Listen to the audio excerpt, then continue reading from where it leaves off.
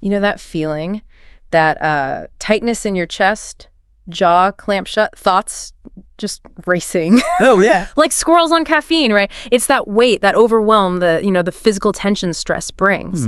What if, right in those moments, you had something ready? Not like a magic fix, but a personal toolkit ready to go to help you handle that storm and, protect your inner peace. That'd be pretty good.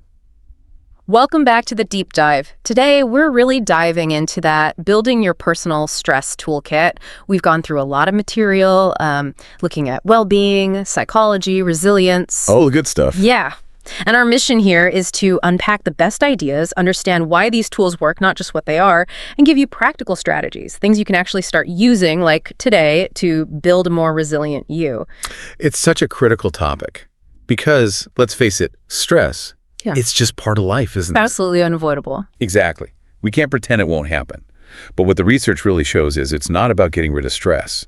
It's how our response to it, well, that hugely impacts our health, our well-being, everything. Right. And there's a concept that really helps frame this response. The window of tolerance. Sounds a bit technical, maybe. It does a little, but it's incredibly useful. Think of it as like your nervous system's comfort zone. Okay. It's that zone where you feel pretty balanced, grounded. You can handle things, the ups and downs, without getting completely thrown off course. So you can think straight. Yeah, you can think clearly, connect with people, respond thoughtfully, instead of just, reacting. You feel regulated, present. Okay, so what happens when life pushes us outside that window? Well, you generally go into one of two states. One is hyperarousal. That's the too much state. Feeling frantic. Exactly. Overwhelmed, super anxious, maybe agitated, angry, panicky. Your body's all revved up. It's that old fight or flight system kicking in. Rational thought kind of goes out the window. That feeling of being totally flooded. That's it. Flooded. The other state is hyperarousal. This is the too little state. Too little, like numb. Yeah, numb, shut down, maybe depressed, disconnected, even frozen. Your body's still in survival mode, but it's like it's slammed on the brakes. The freeze response. Wow. So in either state, hyper or hypo way, you're outside that optimal window. And it becomes really hard to process things, connect, make good decisions. It really shows how stress isn't just in your head. It totally hijacks your body and brain too. Yeah. But you said something interesting. This window isn't fixed. Yes. Yes. And that's honestly one of the most hopeful things we found. Your window of tolerance. It's not some set size you're stuck with for life. So you can. Change it. You can absolutely expand it. Like building muscle. That's a perfect analogy, actually. By consistently practicing certain strategies, certain habits, you can increase your capacity, your ability to handle stress and difficult feelings without getting knocked out of your window so easily. So you build resilience. Exactly. The goal isn't to never feel stress or strong emotions. It's to increase your ability to stay grounded, stay functional when they show up. You don't avoid the difficult stuff. You train to handle it better. Okay, got it. Stress happens. It can push us out of our window, but we can train to stay in that zone more often. So what exactly knocks us off track? What gets us hooked? Well, when we're stressed, difficult thoughts and feelings, they just come up. They're part of the deal. The real problem isn't that they're there. It's when we get hooked by them. Hooked. That sounds not great. It's not. There's this really strong metaphor, like a fish on a hook. Okay. When a fish is hooked, it's trapped, right? It can't move freely. It gets pulled where it doesn't want to go. Or think about being physically yanked away by something. When we get hooked by, say, anxious thoughts or anger about something that happened or feeling like we're not good enough, those thoughts and feelings, they grab our attention and pull us away from what we're actually doing. And really importantly, they pull us away from our values, from what matters to us. And getting hooked leads to certain behaviors. Yes. They're sometimes called away moves. These are the things we do because we're hooked by those tough internal experiences. And the irony is they move us away from the person we want to be. Like what? Give me an example. Okay, like getting into pointless arguments because you're hooked by feeling irritated. Or maybe pulling away from people you care about because you're hooked by shame or anxiety. Or just scrolling endlessly online. Totally. Or staying in bed all day because you're hooked by feeling flat or sad.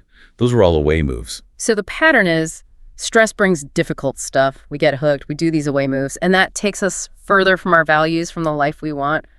Feels kind of rough. It can feel that way. But the power comes when you recognize that cycle and you realize you do have choices. You can learn to unhook, choose different actions. And that's where this toolkit really comes in. The first tool is vital for those really intense moments. Grounding during emotional storms. Emotional storms. Yeah, that definitely captures it, like being totally tossed around. Exactly. When those intense feelings hit panic, rage, deep sadness, it feels like a storm inside. Now, if you were in a real storm, way up high in a tree, what would you do? Get down fast to the ground. Right. The ground is solid, stable, it's safer. For you and if you needed to help anyone else. Makes sense. You can't help if you're about to fall. So grounding is like getting to that stable place inside. Precisely. It brings you back to the present moment, connect you with your body, your surroundings when your mind is just spinning. The steps seem simple, but, simple isn't always easy. It takes practice. Okay, what are they? Step 1, notice. Just notice what's happening, how you're feeling, what thoughts are swirling. No judgment, just, okay, wow, feeling really anxious right now. Just acknowledge it. Yeah. Step 2, slow down and connect with your body. And do this really deliberately, slowly, gently. Slowly breathe out. Notice that breath leaving. Gently stretch your fingers or toes. Slowly push your feet into the floor or feel the chair beneath you. The key is slowly and gently. Especially the breathing quick breaths can make panic worse. Just feel your body making contact. Notice. Slow down and connect. Focus on the physical. Got it. Yep. And step 3, refocus. Shift your attention deliberately to the world around you. Use your senses. What can you actually see right now? Look around, be curious. Like you're seeing things for the first time. What can you hear? Tune into the sounds, near, far. Can you taste anything? Lingering coffee, gum? What can you smell? Any sense? And what can you touch? Feel your clothes, the table, maybe a warm mug. See here, taste, smell, touch, anchoring the present moment through the senses. That's exactly it. And you can run through this pretty quickly, maybe 30 seconds once you get used to it. That's a fast way to shift from being lost in the storm to just being present during it. And the more you practice when you're calm. The easier it is when you actually need it. Exactly. Okay. Practice makes it available. Okay. That's powerful for those big, overwhelming moments. What about those, those nagging thoughts or feelings, the ones that keep trying to hook us even when it's not a full-blown storm? That leads right into tool 2. Yeah. Unhooking from thoughts and feelings. Like we said, being hooked means your attention is trapped, pulled away. Yeah. So the first step to unhooking is, again, notice.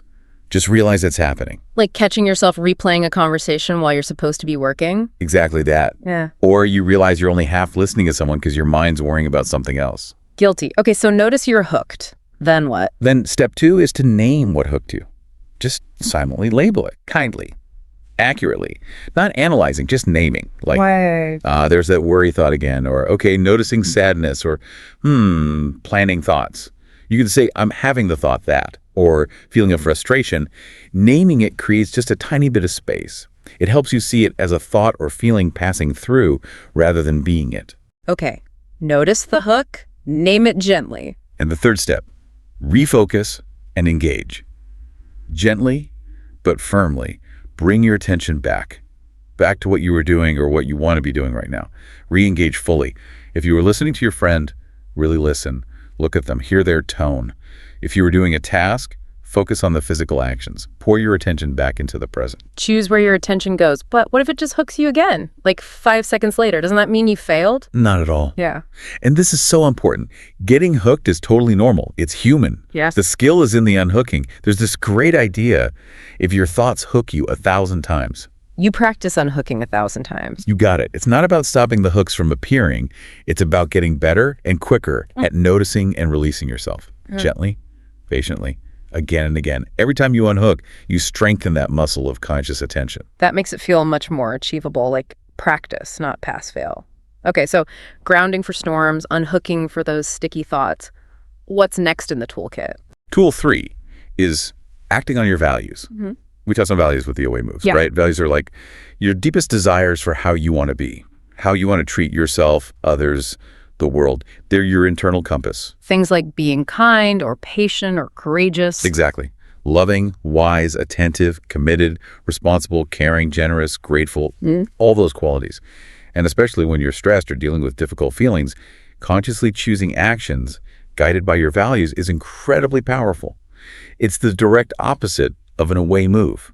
The key question becomes, is what I'm doing right now moving me towards my values or away from them? So if my value is, say, health, and I'm stressed and want to eat junk food, Yeah. the way I move is the junk food, but acting on my value might be going for a quick walk instead. Perfect example. Right. Or another one. Maybe you feel really distressed about big world problems you can't fix. Huge stressor. Yeah. But if your value is, say, peace or contribution, you can choose actions that align with that in your own life. Maybe you choose not to get into petty online arguments. Maybe you focus on being collaborative with colleagues. You act on your values where you can have an impact. So it brings it back to your own actions, guided by your intentions. Yes. And remember, values apply inwards too. Being caring and kind toward yourself is just as important. Think about your key relationships and what values matter there. How do you want to show up? That really shifts the focus. Okay, speaking of self-care, kindness. Leads perfectly to tool 4. Being kind, especially self-kindness. It's funny, isn't it? When we're struggling, we often really appreciate kindness from others. Oh, definitely. But we can be so incredibly harsh with ourselves. That inner critic just goes into overdrive. Tell me about it. It's often the lightest voice in the room. It really can be. Yeah. So this tool is about deliberately pushing back against that, choosing tiny acts of kindness towards yourself, even just the words you use in your head. There's a simple exercise called the hand of kindness. You just place a hand, or both hands, gently on your body, maybe over your heart, your belly, your forehead, wherever feels right, or where you feel tension. And then Just feel the warmth, the gentle pressure. And then, kind of, imagine your hand is filled with kindness, with warmth, with compassion. Yeah. And just let that feeling flow from your hand into your body. It's a physical act with a mental intention offering yourself comfort, just like you might comfort a friend. that sounds actually really nice. Very simple, but nurturing. It can be surprisingly powerful, just that gentle touch and intention. Okay, 5th core tool. Let's hear it. Tool 5 is making room for difficult feelings. This uses a really beautiful metaphor. Your thoughts and feelings are like the weather, and you are the sky. The sky. Okay, how does that work? Well, think about the sky. It's huge, right? Vast. And it holds all kinds of weather. Sunshine, clouds, pouring rain, huge thunderstorms, freezing cold, Yeah. intense heat. Right, anything can happen in the sky. Exactly. But no matter how wild or unpleasant the weather gets, the sky itself isn't harmed by it. It contains the weather, but it isn't defined by it. It doesn't become the storm. And crucially, the weather always changes. It passes. Ah, okay. So instead of trying to fight the storm or getting totally lost in it, you learn to be the spacious sky that can just hold it.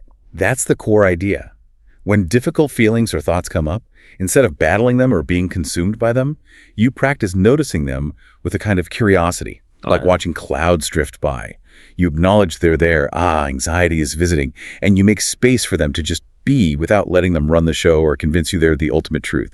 You see them as temporary, like weather patterns passing through. That's a fundamental shift in relating to your inner world. Yeah. Wow. Okay, so we have grounding, unhooking, acting on values, being kind, and making room. These are the big ideas, the tools.